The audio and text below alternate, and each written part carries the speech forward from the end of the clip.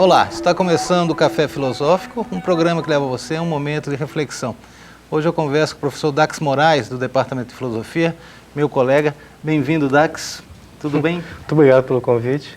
Eu que agradeço. Até porque a gente quer conversar um pouco sobre um tema que você vem desenvolvendo há algum tempo, né? Que é um conceito, de certa forma, vou dizer marginalizado, mas não é um dos conceitos mais celebrados dentro da história da filosofia, que é o conceito de amor, ou desse sentimento, enfim. A ideia é colocar aqui em discussão o que é isso, o amor, né? Então eu queria convidar você um pouco uma história, uma breve história desse conceito, da noção grega, de Eros, enfim, para a gente começar a conversa. De fato, embora tanto se repita, né, que o amor ele faz parte do próprio nome de filosofia, de fato não é um dos grandes temas, muito embora já haja ditas filosofias do amor feitas lá fora, em alguns autores a gente encontra isso, mas realmente não é um tema considerado ainda muito legítimo aqui entre nós. O que é bem estranho, porque justamente, né, o filósofo é aquele, né, que a gente sempre fala, é o que ama a sabedoria e tal. Tem uma ideia de uma filia aí, mas o grego tem a filia e tem o eros, como é que é isso, né? A filia pode ser traduzida como uma ligação por afinidade, né? E entre os gregos, provavelmente Aristóteles que formaliza mais isso, a filia é uma ligação entre iguais, né? Então se desenvolve com uma virtude política, né? Há certas discussões sobre qual seria realmente a diferença entre eros e filia. Eros é visto, pelo menos em Platão, como uma diferença de ênfase, né? Na tradição mesmo, na tradição poética, Eros aparece pela primeira vez como um deus em Hesíodo, não como Homero, como uma espécie de deus primevo, originário. E, embora nada seja dito expressamente sobre o caráter de Eros, o que ele é, a presença dele, de início, é acompanhada da união entre outros deuses primevos, como se ele fosse a intermediação. O Hesíodo fala de gerações mediadas por Eros, né? Então ele parece esse intermediário. Então, posteriormente, é que aparece o Eros que acompanha a beleza e foi entendido como o filho de Afrodite. Porque tem essa coisa em Hesíodo, na teogonia, que você tem céu e terra, mas tem também Eros, né? Eros é um princípio aí fundante de tudo que vem depois, né? Que Hesíodo narra. É esse princípio dos princípios, como você falou agora há pouco para a gente, né? Sim, parece um princípio de ligação a partir do qual a vida prospera, a vida tem continuidade. Uhum. E há uma transformação, de certa forma, quando Platão começa, por exemplo, a gente pensa o banquete, tem uma discussão importante ali, né? Desenvolve um pouquinho isso. O tipo de mediação que acontece em Platão é diferente daquela que a gente ainda pode reconhecer em Hesíodo, que reconhecia ainda em Empédocles como um princípio de constituição da vida, né? Um princípio de união, vitalidade e preservação. Em Platão isso adquire uma dimensão bastante peculiar, porque esse princípio de união ele permanece Eros sendo um intermediário, pelo menos no banquete, né, no discurso, o famoso discurso de Diotima, Sócrates, ele aparece como uma intermediação com as realidades eternas, com a beleza, com a sabedoria, né? Então, enfim, com um princípio universal também. Um princípio de união, né? Daí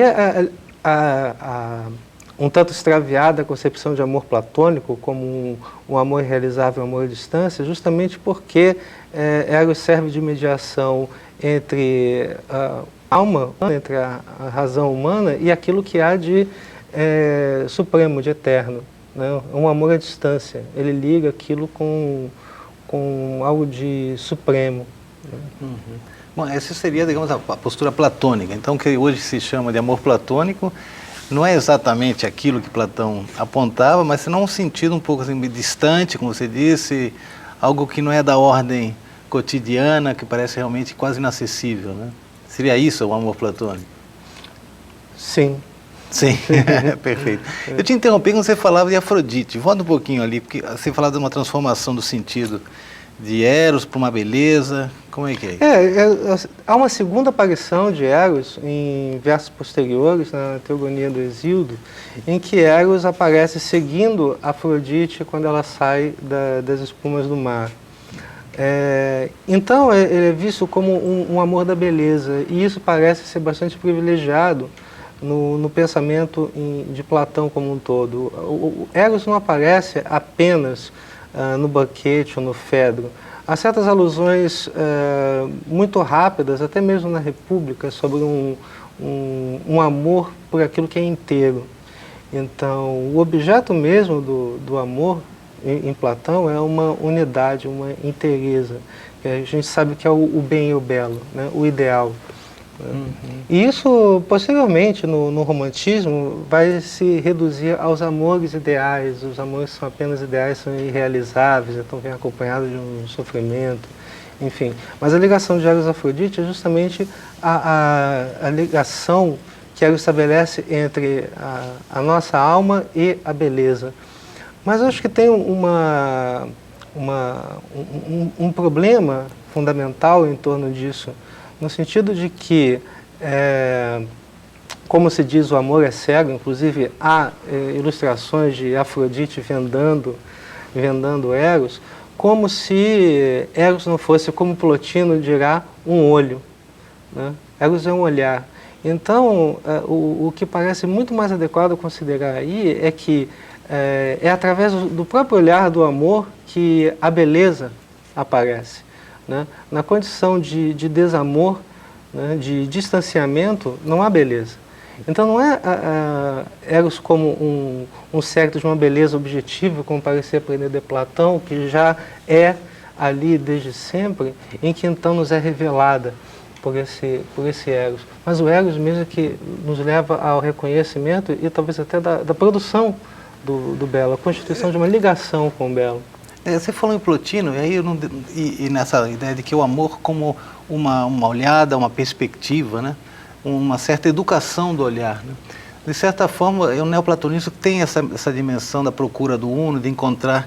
Queria entender se realmente você vê essa história do amor, como é que é isso realmente em Plotino, pensado desde a perspectiva de uma metafísica que, pró ou contrária ao pensamento platônico, de algum modo tem questões muito próximas, a questão do uno, do múltiplo, ou seja, é o olhar que deve ser educado, né? Em termos plotinianos.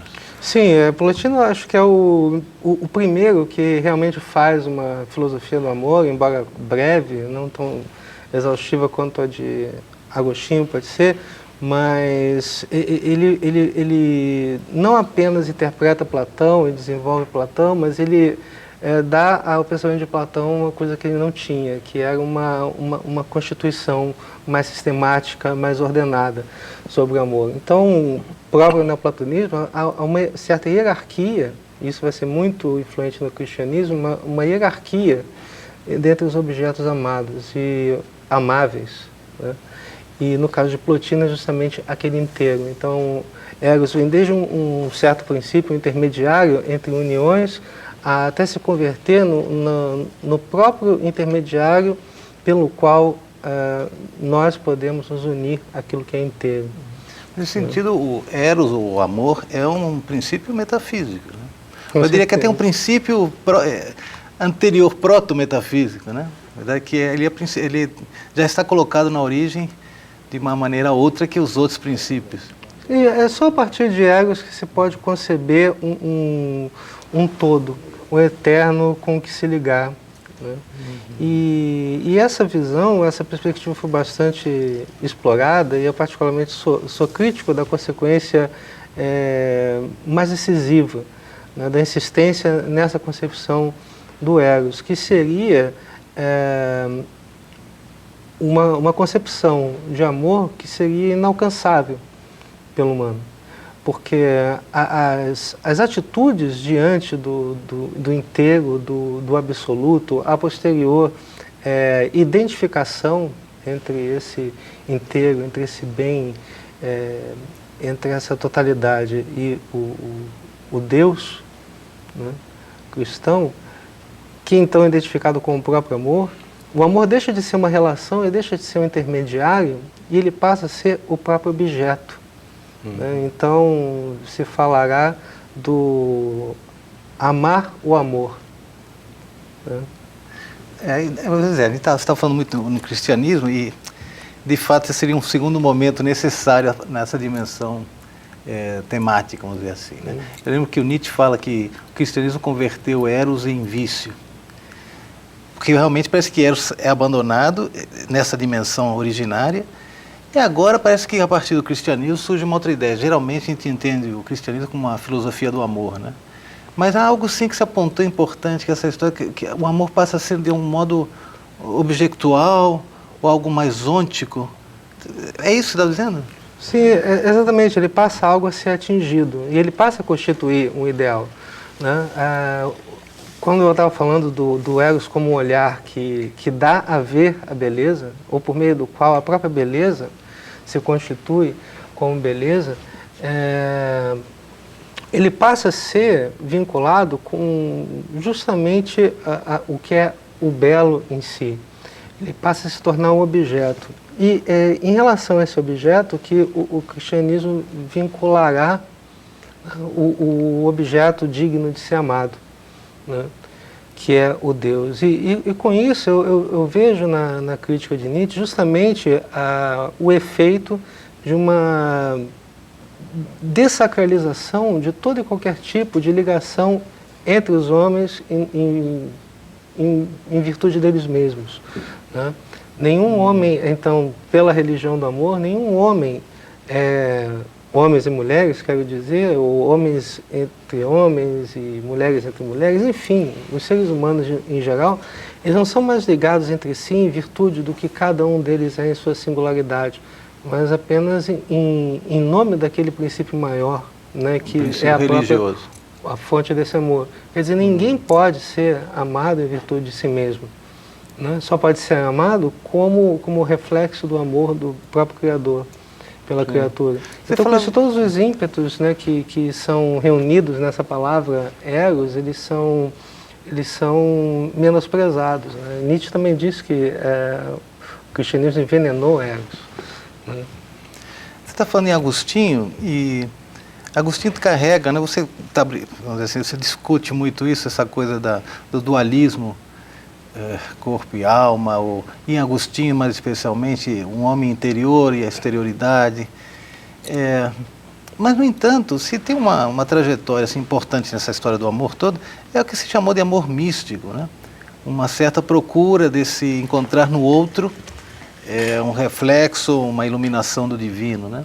Eu acho que desde Agostinho temos isso, mas fala um pouco mais focadamente em Agostinho e, se você puder também, algum místico, por exemplo, pensando aqui em Mestre Eckhart, que você também conhece bem. Sim, eu acho que em cada caso, a mística neoplatônica, mesmo cristã, ela contribui imensamente para se pensar a dimensão temporal mesmo, a relação que o homem pode ter com a eternidade, né? E que tipo de eternidade esse amor pode trazer. Mas eu acho que do outro lado da moeda tem sempre uma certa impessoalidade com relação ao indivíduo concreto. Né?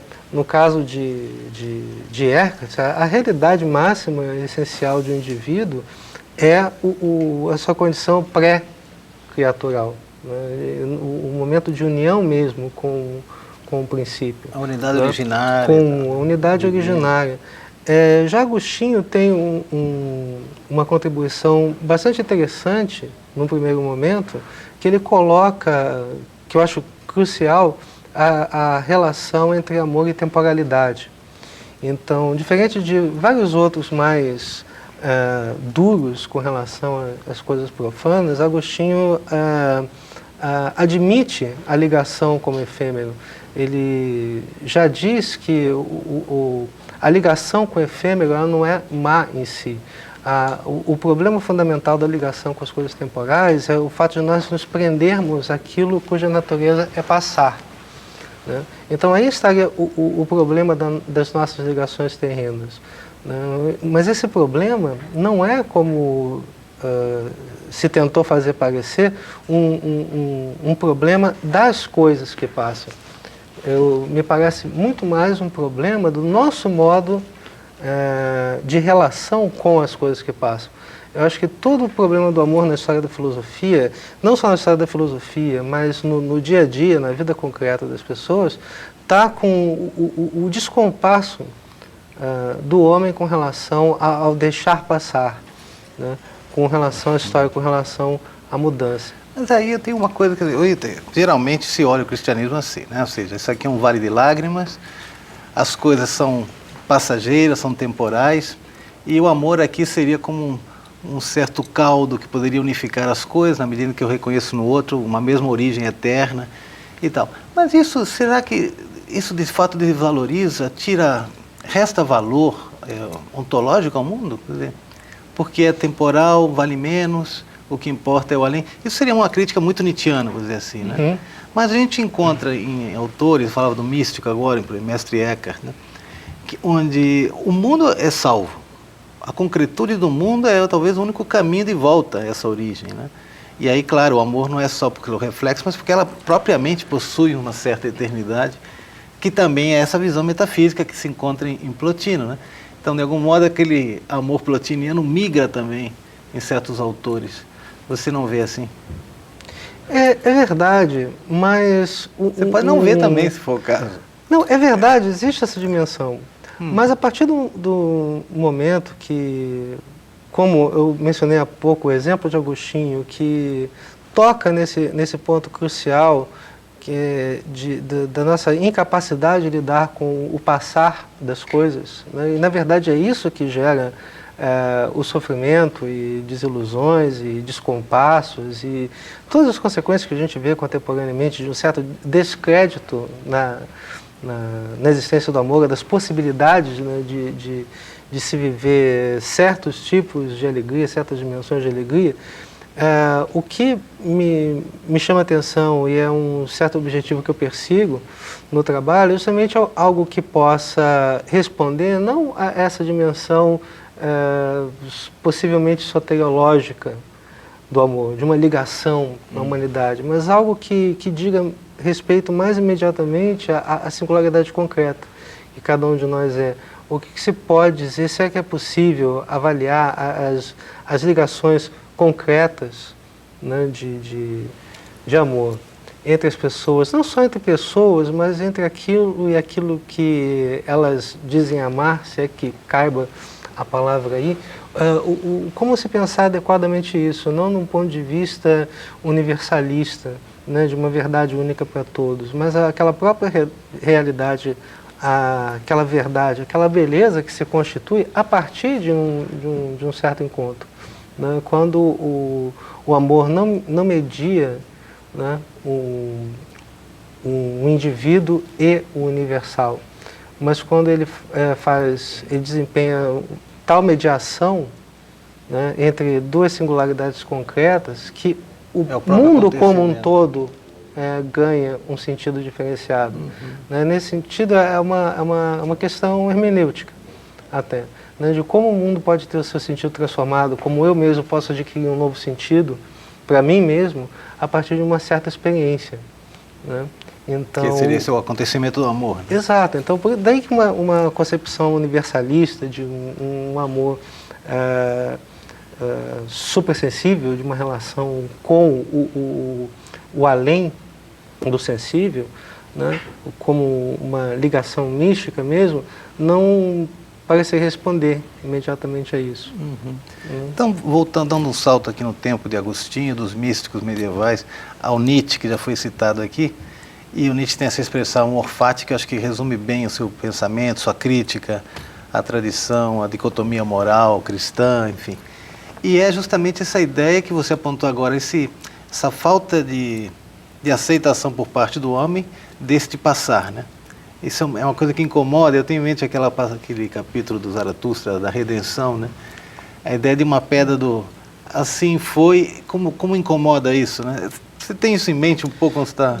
Com certeza, esse tipo de reflexão, né, esse tipo de problema que eu encontrei em Nietzsche e em outros autores, né, a passagem que você menciona do Zaratustra, né, a vingança quanto o tempo e seu foi, realmente parece convergir diretamente com essa orientação do meu trabalho. Na medida em que o amor fati, de certa maneira, ele responde, né, a essa recusa do vivido, né, a essa recusa do ter sido. Ele abre a perspectiva de um assumir esse ter sido e de afirmá-lo, reafirmá-lo. Ou seja, não querer colocar o passado como algo a ser esquecido, algo a ser superado, algo a ser diminuído, porque hoje, dessa perspectiva presente, aquilo parece enganoso, aquilo parece insuficiente.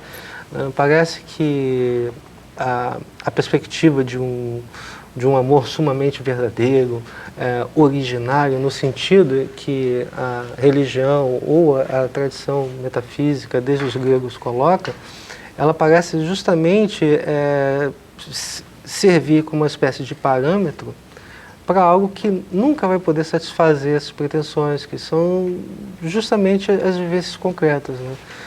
As nossas vivências temporais, elas não têm como ser julgadas por essa eternidade absoluta. E o amor fati, não apenas nietzschiano, né, mas que ele toma emprestado dos antigos também, né, do Carpe Diem e tudo mais, é uma espécie de resposta a isso e requer força, né? Requer a aceitação da verdade de algo que de repente não é mais provido de valor. Eu estava pensando nessa história você falou agora há pouco, o acontecimento do amor, né, que já não tem mais um eu, já não tem mais um tu, de certa forma, tudo se vê mergulhado nisso. E é um pouco essa ideia do instante em Nietzsche, essa parte tão ínfima do tempo, mas na qual ele aposta como marco, né, como um símbolo desse assim eu quis, assim eu me vi envolvido, né? Sim, o acontecimento é como inaugural, né? Falando de filósofos alemães, Nietzsche, Eckhart, né? O acontecimento é uma tradução para a palavra Eroigen, né? Que é justamente essa visão compreensiva, é uma totalidade. Como você disse, o acontecimento ele produz uma totalidade. É o que eu vinha dizendo com aquela ideia daquele encontro em que o mundo, eu mesmo, para mim, adquire um sentido peculiar. Ele ganha significado no acontecimento. Esses acontecimentos podem se dar a cada instante, ou às vezes nunca, né, se dá um acontecimento. Se a gente está no fluxo da rotina, no fluxo do tempo, no fluxo das tarefas, esse acontecimento pode não ter lugar, né? Mas é interessante que a gente estava conversando no início, a vinculação com o olhar, né? O acontecimento, em alemão, ele tem essa ligação com o olhar, em português com uma tessitura, né? com uma espécie de malha. Então, no acontecimento, todas as coisas aparecem reunidas, unificadas nos pés de sentido. Né? Uma coisa entretecida, vamos dizer assim. Talvez o eros como ligação, como intermediário, pudesse ser entendido não apenas como uma ligação macho e fêmea, né? Como na antiguidade se vinha a compreender, né? Como Platão compreende, né? Pelo menos no nível das relações humanas, naturais, né? Mas como um outro tipo de ligação, em que todo o vivido ele ganha um sentido comum através de um encontro. Agora, voltando então para o nosso tempo, esses tempos que correm, né, de tanto ódio, tanta intolerância por toda parte, e você falando sobre o amor, né? Então, como é que o amor consegue escapar desse nosso mercado, né? Porque a gente está perto até de um dia dos namorados, né? Então faz parte de um grande controle, de certa forma. O amor é algo planejado hoje em dia, né? Você ainda tem um pouco de vigor nisso, ou o acontecimento realmente supera todos esses obstáculos? Como eu disse há pouco, parece que quando a gente se deixa abandonar, aquilo que Heidegger denominava inautenticidade, né? A gente se deixa levar por aquilo que é público, por aquilo que é comum, né? Pelas rotinas, pelas tarefas, quando não há uma certa disposição para um deter-se, né, diante daquilo que a cada vez se mostra, procura vir ao encontro numa verdade, enfim, quando a gente simplesmente se deixa levar nesse fluxo, há a possibilidade de um acontecimento não acontecer, né? Ou seja, de não haver a abertura adequada para que o mundo se apresente, né, pela mediação do amor, dotado de um outro sentido, que não um sentido próprio, um sentido singular, um sentido que tem sua raiz nesse acontecimento e que não seja aquele sentido meramente levado adiante, né, nesse